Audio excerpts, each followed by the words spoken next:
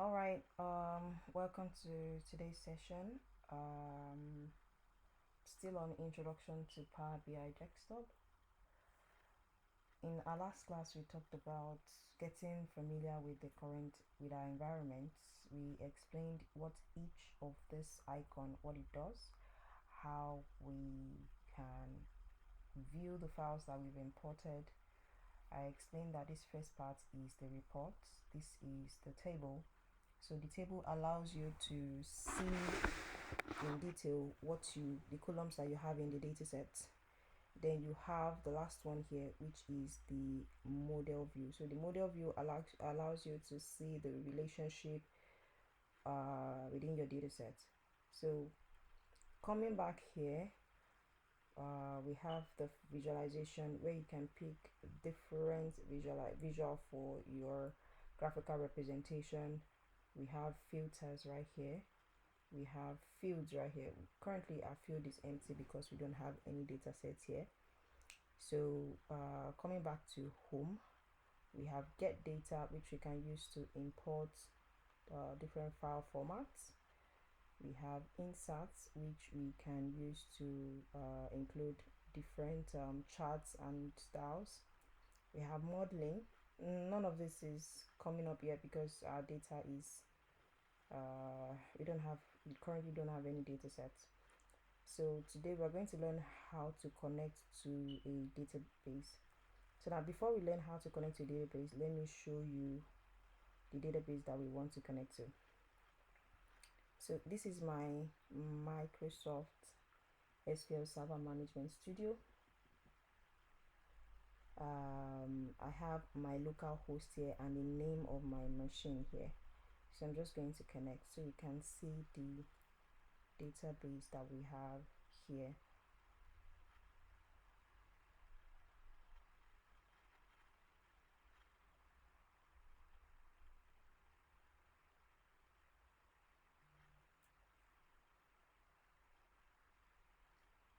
So this is still coming up.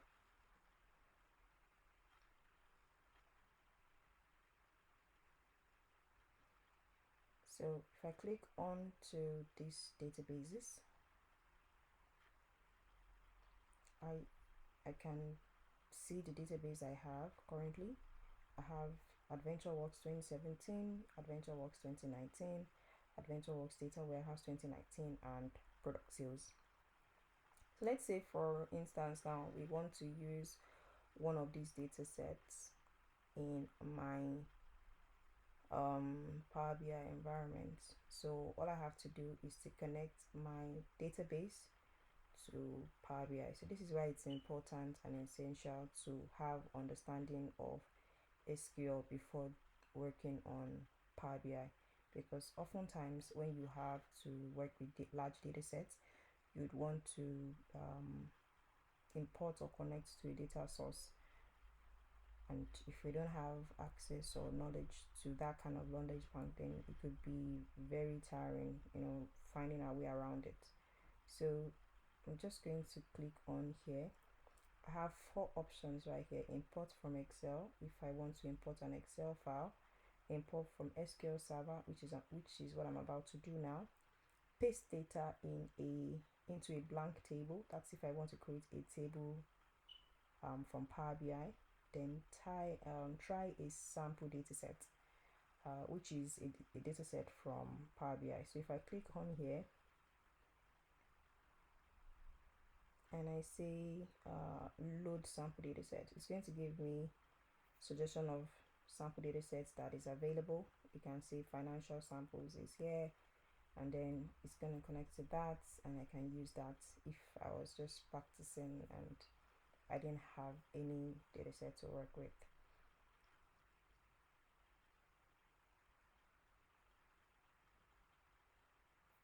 So you can see financials here.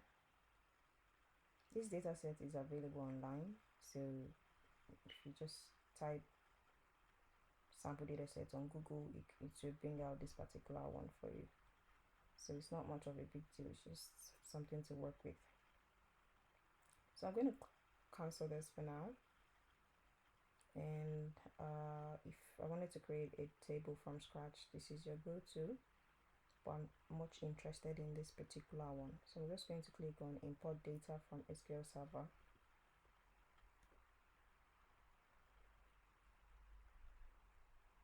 So this is not only particular to SQL servers alone. If you want to connect to other data sources like Postgres, Azure, you can always look for the go-to using the get data link icon rather. So I'm just going to click on here.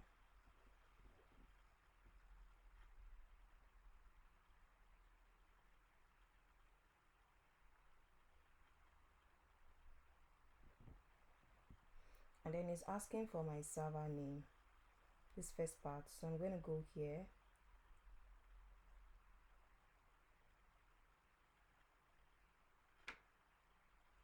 So my server name is what I have here.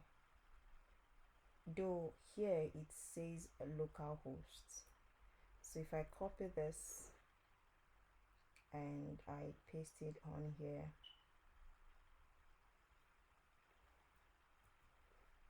right, and then I click OK.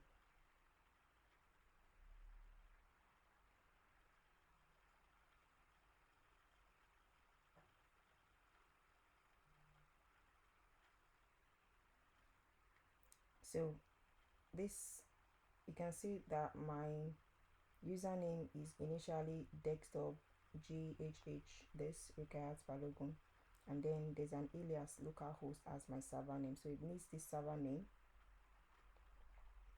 and you don't need to be connected to the database to make this work. All you just need is the server name. So even if I disconnect from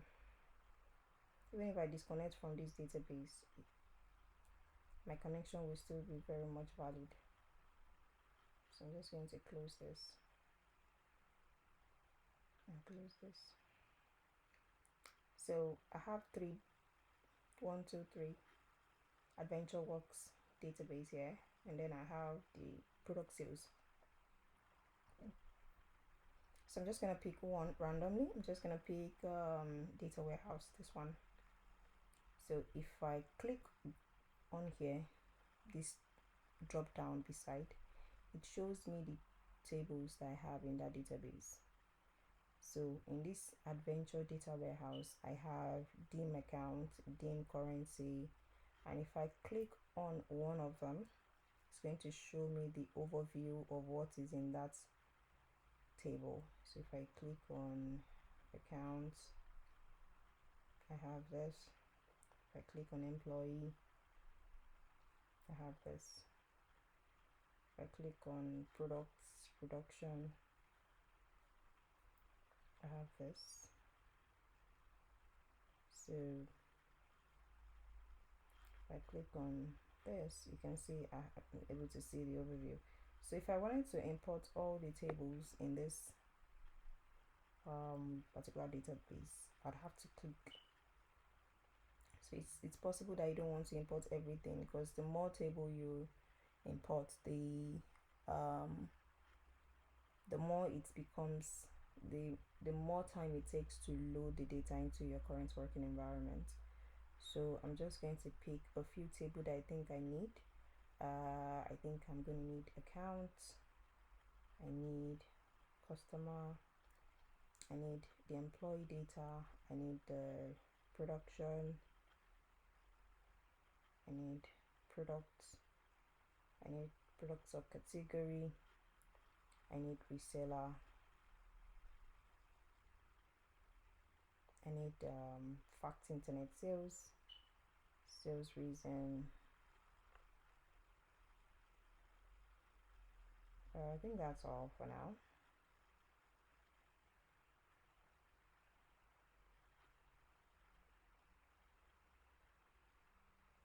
Yeah, I think I'm good. I don't think I need accounts. I'm just going to uncheck this. I need this sales territory and this one. Okay, so I think that's all. So I'm just going to either load my data or transform. So load data means you want to clean your data. Sorry, transform data means I want to clean my data before visualization. Then load means I'm good to go. So I'm just going to click on load right here.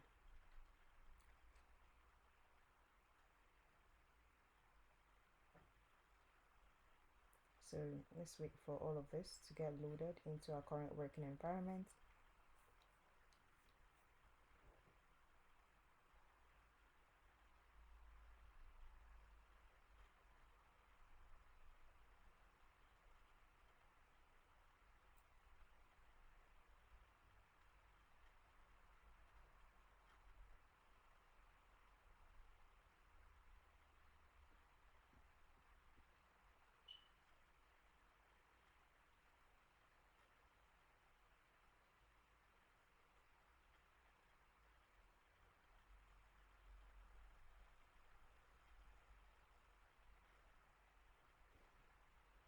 So at the right hand side of my screen, I have dim customer, employee, product, category, subcategory, reseller, sales reason, sales territory, internet fact sales, sales reasons, sales quota. So why do I have all of this? I'm trying to answer some business questions I've coined in my mind. We're going to tell us about that later. But let's, before we start creating visualization and stuff, let's look at the relationship. So if you click onto this model view, then I'm just going to scroll to the side. You'd see that the relationship has been created. Dim customer is connected to fact internet sales, and it's connected to the customer key because they both have customer key, right? They both have customer key. Don't worry about where the arrow is pointing to. It just shows that there's a relationship. So it shows that there's a relationship with dim customer and fact internet sales, and there's a relationship with dim product, and there's also a relationship with fact sales territory, reseller, employee, reseller,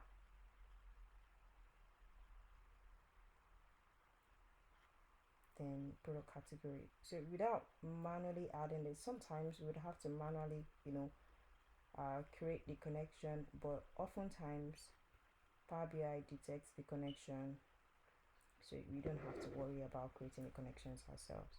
But if we ever want to manually create the connection, we'll come here to manage relationship, and then we'd see that the connections are looking pretty. So if I click onto this, it's going to tell me that it's a repetition.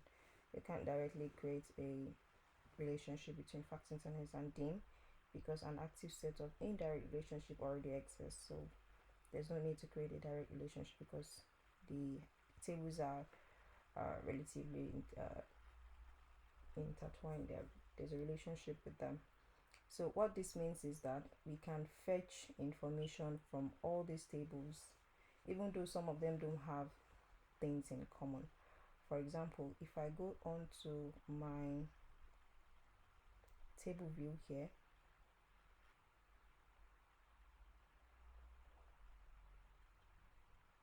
if I go on to table view here, you see I have customer key, geographic key, customer alternate key. Now if I scroll to the side, those are just the only keys I have. If I scroll to the side, just are the only three keys I have. Now if I come to employee here, I only have employee key, parent key. I don't have any of those three keys I initially saw in customer key. So the question you might want to ask me is, does that mean that I will not be able to fetch information from dim customer? No. So what that error message was telling us from that managed relationship is that There are certain tables in this setting that have relationship, and some way somehow dim employee also have relationship with certain tables. So because of that, the tables are interconnected. So because the tables are interconnected, it means that if I want to create a visualization maybe from two unrelated tables, I will be able to create that relationship because at a certain threshold they have something in common. So which means that even though these two tables, the dim customer and employee, they don't have anything in common, if I come here to fact internet sales, I have product key, I have order key, I have due date key, I have shipment, and I have customer key, which is in here also. So even though this internet sales has different information, there's a relationship between customer and fact internet sales. So if you look at this dim employee too, you'd see that at a point to have something that will relate to another table, so which means I can fetch information from all tables because they have connection. So now let's go back to the report view and start creating meaningful visualization. So what this data set is about is it's a sales data set. It's a sample data set of a particular company, Adventure Warehouse, which does not actually Adventure Warehouse is not a company, it's just a sample data set. And it says this data set is a sales data set, and it comprises of two unique sellers, the retail sellers and then the resellers.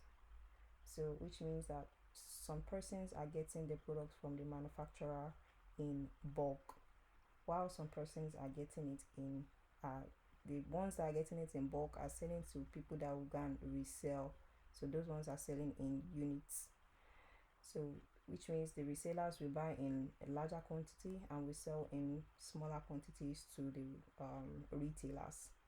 So that's what this whole database is all about. So all of this table right here means specific information about the process or the supply chain of the organization. So this team customer is saying the customers that patronize the organization, the employee that work for the organization, the products that we are manufacturing, then a category of that product, then a subcategory of the product. The dim reseller is talking about the information about the reseller. Let me see. The information about the reseller, where they stay, their contact details, the type of business that they run, the reseller's name, and then the number of employees that they have. So the sales reason is a table that talks about the reason for a particular sales, if it's on promotion, if it's on magazine, television advertisement, management review, demo event, sponsorship, on price, quality, and thereabouts. So this sales territory is talking about the region in which each of them are, whether you are a customer or you are an employee. So this sales region gives you a snapshot of where your customers are, where your resellers are. So this fact internet sales gives you an overview of products that were sold online. So in here we have online sales and offline sales. So anywhere you see fact, anywhere you see internet, it means that this product were sold online. So at the point you might want to argue which product has like the highest number of counts on the internet, or on the internet, or which region is most known for the for a particular product, or something around which product has made the highest profits, which something around all of that can come out as a business question. So that's something we should just keep in mind. But let's just continue to explain the data set further. So we have fact internet sales. So fact internet sales shows you the quota now. The fact internet quota shows you the sales order number, the sales reason. So this is connected to this particular table right here. Then the reseller sales, this shows you an overview of how the resellers are selling their product, the days that they were being shipped, and information around the resellers details. And then fact sales quota, so this shows you the overview of products that were sold offline. So if you wanted to get the details of products that were sold, then this is your go-to. So let's try to create some visualization so that we'll see in detail what is going on in this data set.